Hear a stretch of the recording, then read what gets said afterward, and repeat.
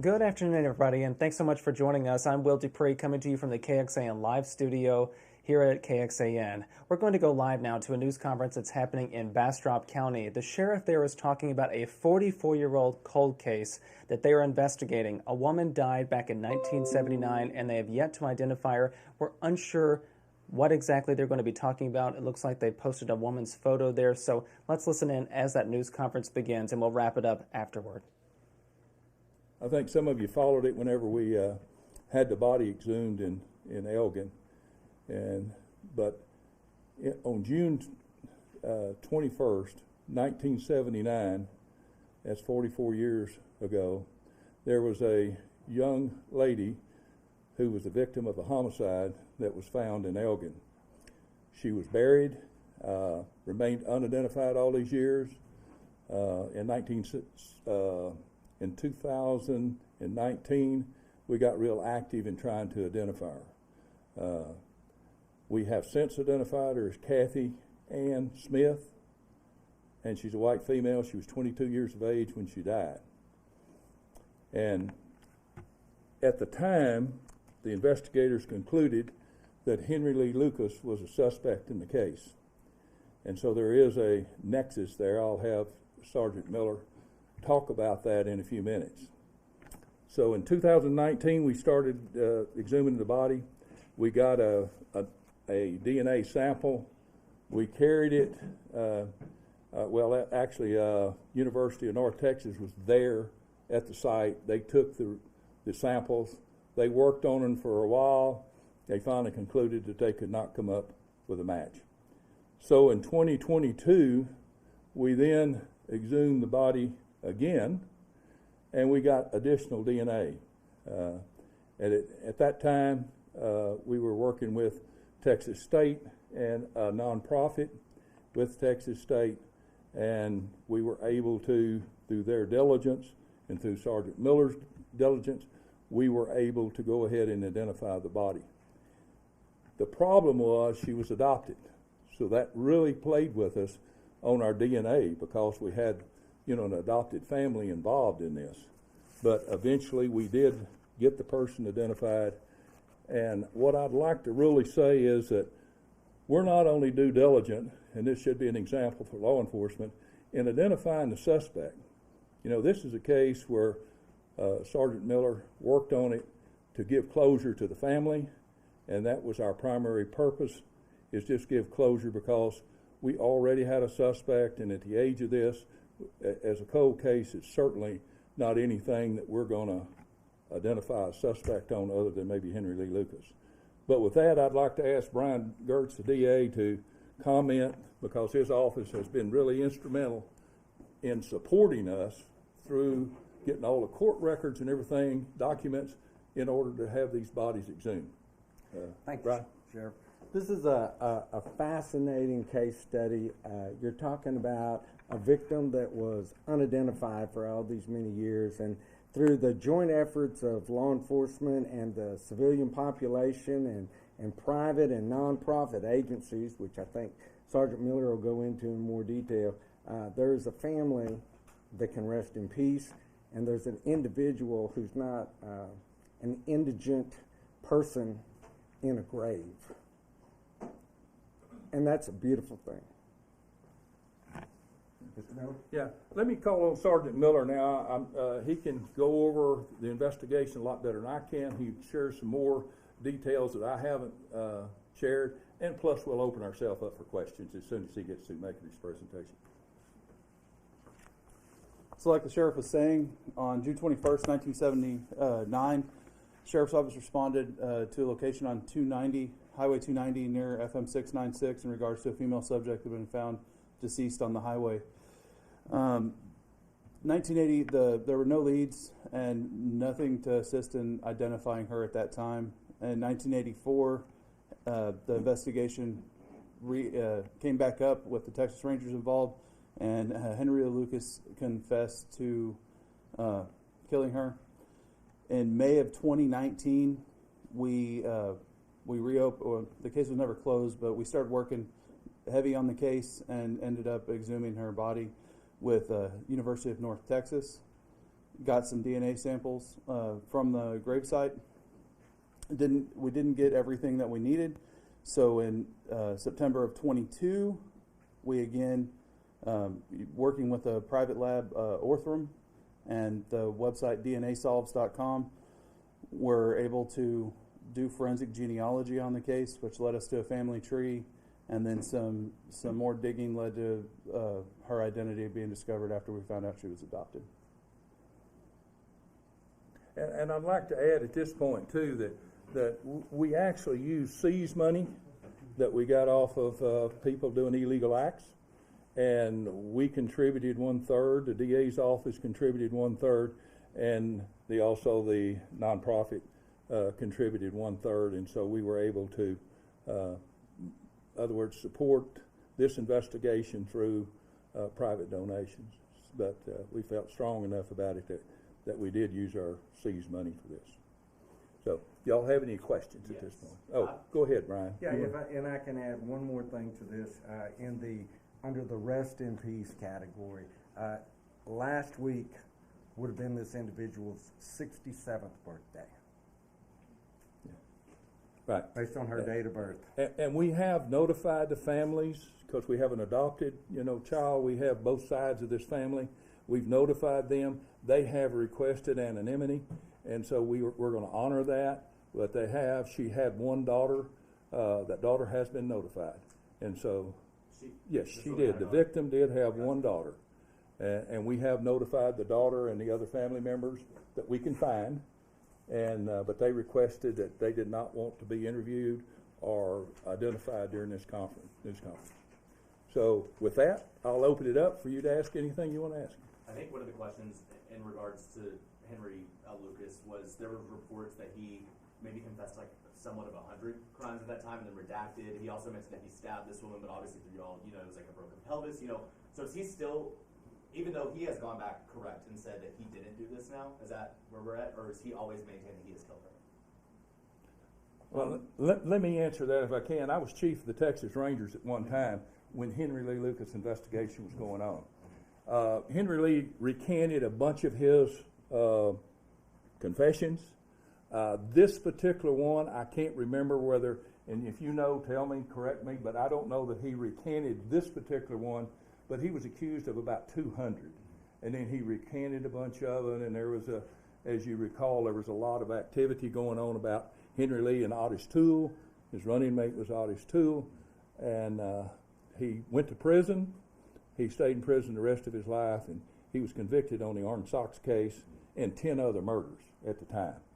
And so he lived his life out in prison.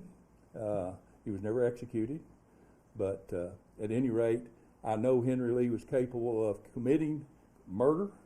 Otis Toole was capable of committing murder. There's no question in my mind. How many they did, God only knows. So just to clarify, Henry Lee Lucas is being deemed as a suspect in Mrs. Was it Smith's death or? Yeah. He has been listed in the investigation as we went back and reviewed the files. Because none of us here was here whenever that was going on. I don't think you were even here, were you, man? No, I was barely born. Yeah, but anyway, so. He's dead, right?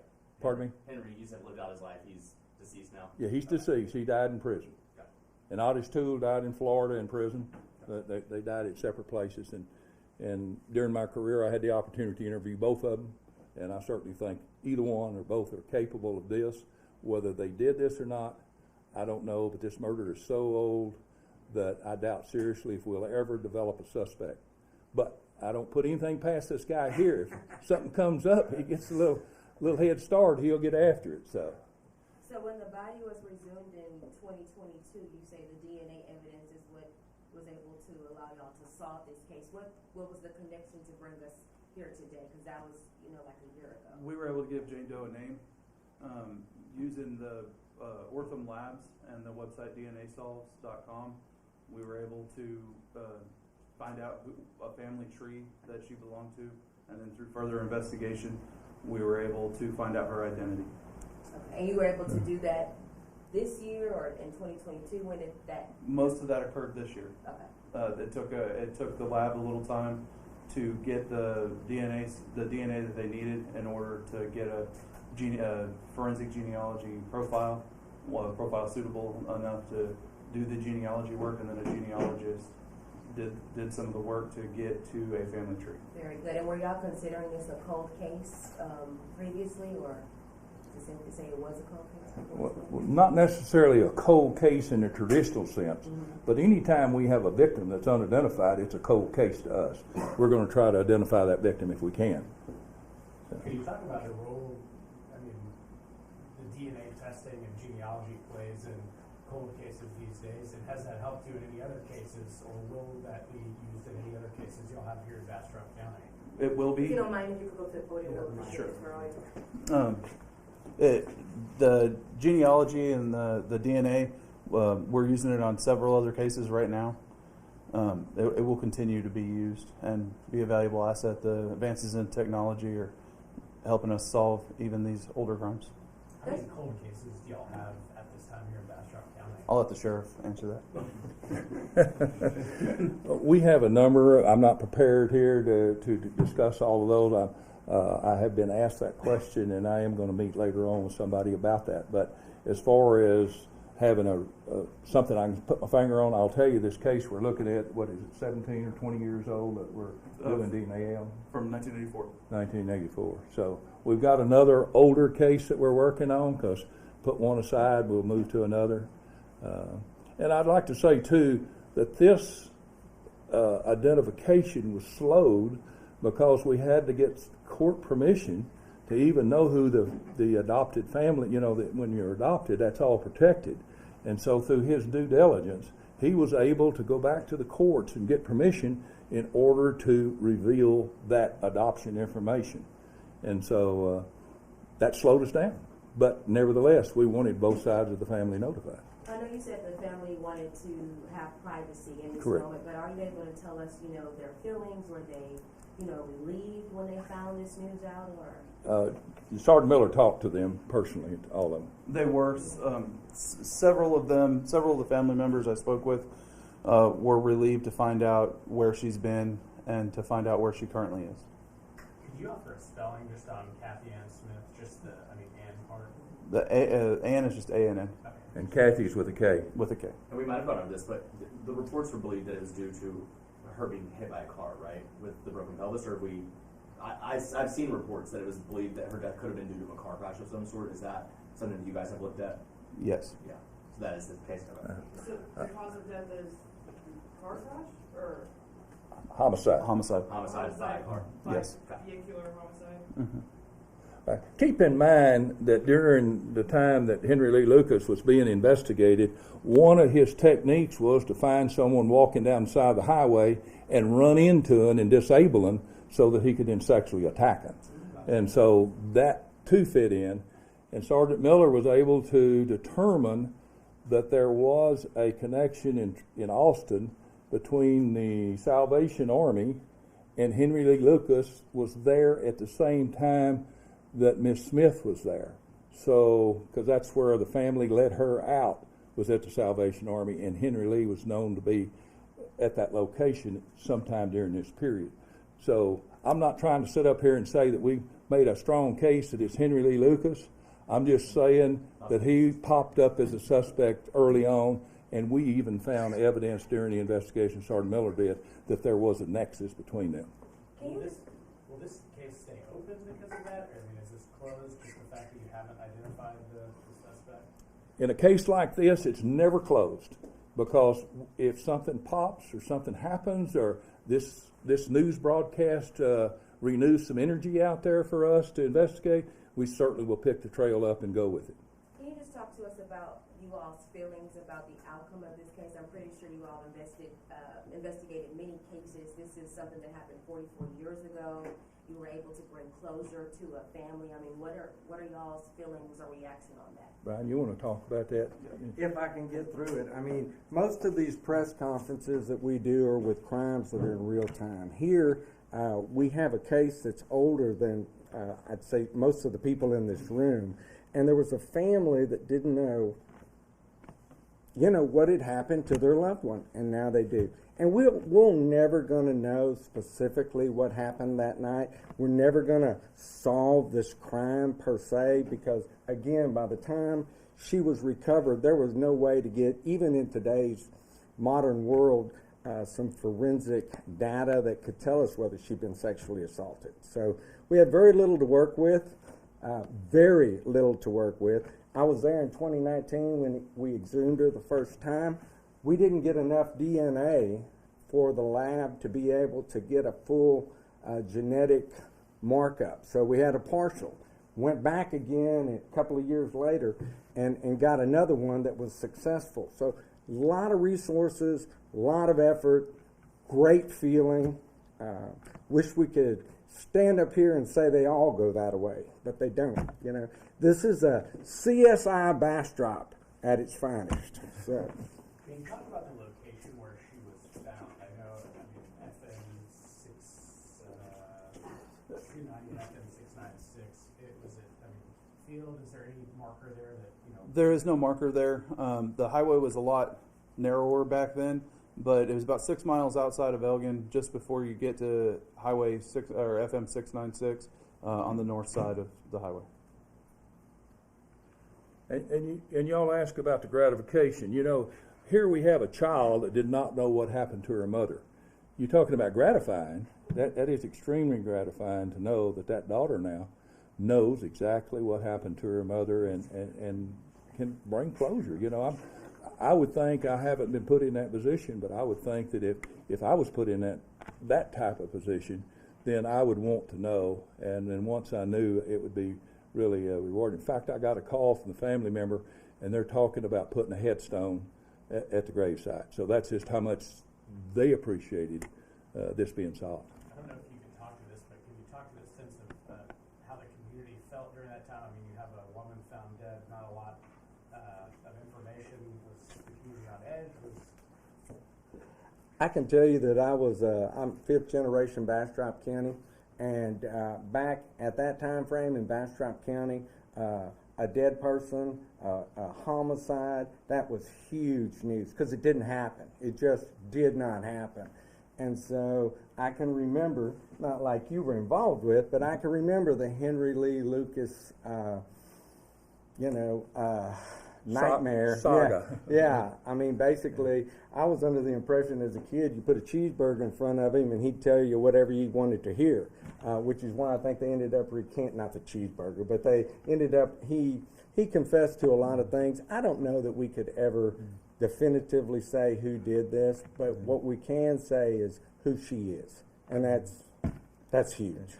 And correcting the record, we got criticized in the Rangers because we gave him hamburgers. We didn't spend that extra little bit on cheese, so just so you know. But, I did not know that. I ate a hamburger with him, in fact. Any other questions? Just for clarification, for timeline purposes, the last time the body was exhumed was 2022, but the body of Katie Smith was officially ID'd now in 2023. Just several weeks ago. It hasn't been that long ago that it was. We were just preparing and making sure all the family. We had some family members we had to track down. Yeah, I remember you mentioned that. Right. It's just for timeline purposes. Right. Is it Katie or Kathy? Kathy, K-A-T. And you're not looking for any other suspects?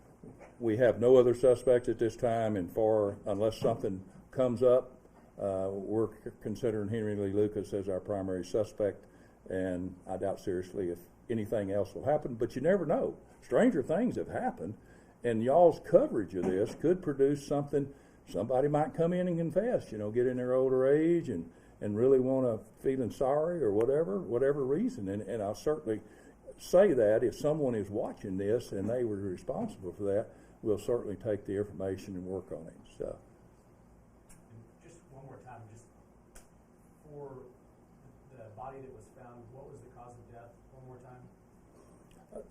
Sergeant Miller, you can comment on that. I'm not sure exactly. Do you have the autopsy report? It was homicide. They just ruled it was homicide, but there was some trauma to the body and so forth, which would have been consistent, I think. Correct me if I'm wrong, but been consistent with being hit by a car. But once again, that did not keep us from ruling out Henry Lee Lucas because of his previous modus operandi. So is it safe to just keep it at homicide or call it a vehicular homicide? Well, we have to rely on what the pathologist tells us. The pathologist told us it was homicide, as I recall. I don't remember it saying vehicular homicide. It was mentioned in there that it could have gone either way. It was So- Dr. Bayardo. But clear that it was to repel this, right? Yes. Gotcha. And no established motive? The motive? Yeah. Well, now if you knew Henry Lee Lucas, you'd know what the motive was. But, he killed people, he raped people. I would say some other things, but I won't. What other things he did to the bodies, but I won't say that because it's not proper here. But I would just say that his main goal was sexual assault, and that was the reason that him and Otis both would take people down and sexually assault them. Thank you all so much. Thank you so much for coming. Oh, thank you. And our Facebook page members changed, so if y'all see on Facebook, we got a new site, so if y'all would continue to follow us on a new site, we'd appreciate it. We're still trying to resolve the old one, but for right now, we're on a new Facebook site. If we want a JPEG version of this picture, should we just email you? Right now, it's only the picture. We probably could, but I got some.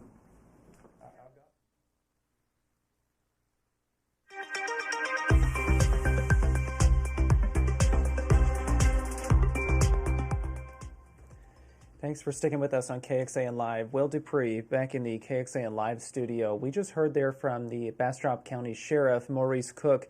The sheriff's office there is identifying a woman killed back in 1979. They finally are able to identify her after all these years, 44 in fact. And you can see her photo there on the lectern where the sheriff is currently talking. That woman's name is Kathy Ann Smith, and it is believed that she is a victim of Henry Lee Lucas, who was a convicted serial killer many, many years ago and had confessed to a number of murders, including this one, and they say at this time they believe he is the primary suspect in this case. However, the sheriff and a number of other deputies there that just spoke a few moments ago said it might be difficult to ever truly know who killed her. What they also said is that this woman, Kathy Ann Smith's family, has been now notified, and they are officially aware of what happened to her after all these years, all these decades. They also said she had a daughter, and that daughter now also knows what happened to her mother. Kathy Ann Smith was 22 at the time of her death, and we are not getting much more information than that. What the sheriff told us a few moments ago, too, is that the DNA samples collected in 2019 and 2022 after the sheriff's office exhumed her body helped ultimately lead to this moment today where they're able to share her name. Again, that is Kathy Ann Smith. The sheriff, I'm just listening in really quickly to see what the sheriff is sharing right now. He's talking about how to spell the different officials' names there so that we all can cite them correctly here in the future. But if you take a look right here, this is the information they shared a few moments ago again. A woman killed on June 21st, 1979, has now been identified as Kathy Ann Smith. She was found on Highway 290 near FM 969, which is just southeast of Elgin. And DNA samples that sheriff's deputies collected in 2019 and 2022 ultimately led to this moment where they were able to positively identify her. Again, the sheriff's office is saying that the primary suspect is Henry Lee Lucas, who is a convicted serial killer in our area. And you can read much more about this ongoing investigation on our website, kxan.com. Also, our reporter, Nabil Ramadna, is in the room there today asking some questions of the sheriff and the investigators, and we'll be providing another story later tonight on KXAN News at 9 and 10. So please tune into that as we continue to report this pretty startling announcement today from the Bastrop County Sheriff's Office that a woman killed 44 years ago has now officially been named. Again, I'll direct you to our website. Once again, I'm Will Dupree in the KXAN Live studio. We will see you back at another time. Hope you all stay safe and healthy out there. Take care.